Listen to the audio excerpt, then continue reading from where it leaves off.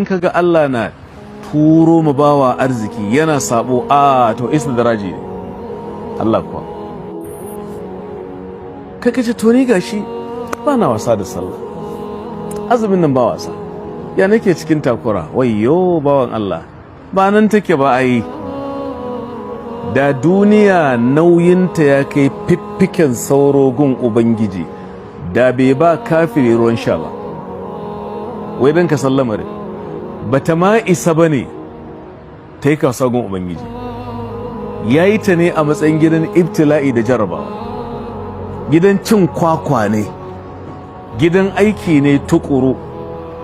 kuma gida ne na wucin gadi gida ne da munafiki sai zama waliyi a idanun wasu waliyi kuma zama na banza a gun wasu gida ne da kafiri a ce da shi yallaɓai mumina ce kai na banza ne kai duniya kenan duk wanda ke duniya sai ya gamu da abu 8 na taɓa lakci a kai ya ce 8 tajri ala nasi kullihim wala budda lil insani yalqa 8 har zuwa ƙarshe mutum zai gama da ainihin sururun wa huzunun wa ijtima'un wa furqatun har zuwa ƙarshe za ka gamu da bakin ciki da farin ciki da talauci da lafiya da cuta duk jarabawa ce